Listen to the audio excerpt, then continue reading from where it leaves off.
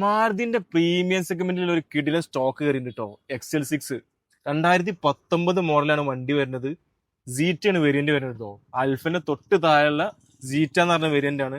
Major ആക്സിഡന്റോ റീപ്ലേസ്മെന്റോ കാര്യമൊന്നുമില്ല.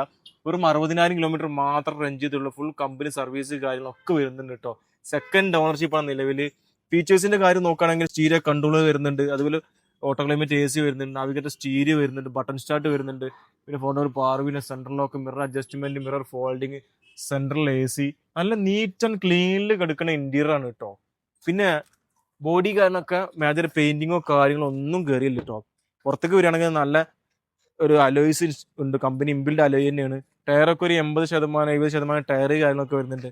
പിന്നെ ER വരുന്നുണ്ട്, അതുപോലെ 1.5 പെട്രോൾ എഞ്ചിനാണ് വരുന്നത്, ബാക്ക് വൈഫർ വരുന്നുണ്ട്. ഇത് നമ്മൾ ചോദിക്കുന്ന റേറ്റ് വരുന്നത് 8,98,000 രൂപ കേട്ടോ. ഒരു 8 ലക്ഷം വരെ നമുക്ക് ഫിനാൻസ് ചെയ്ത് കൊടുക്കാൻ പറ്റും.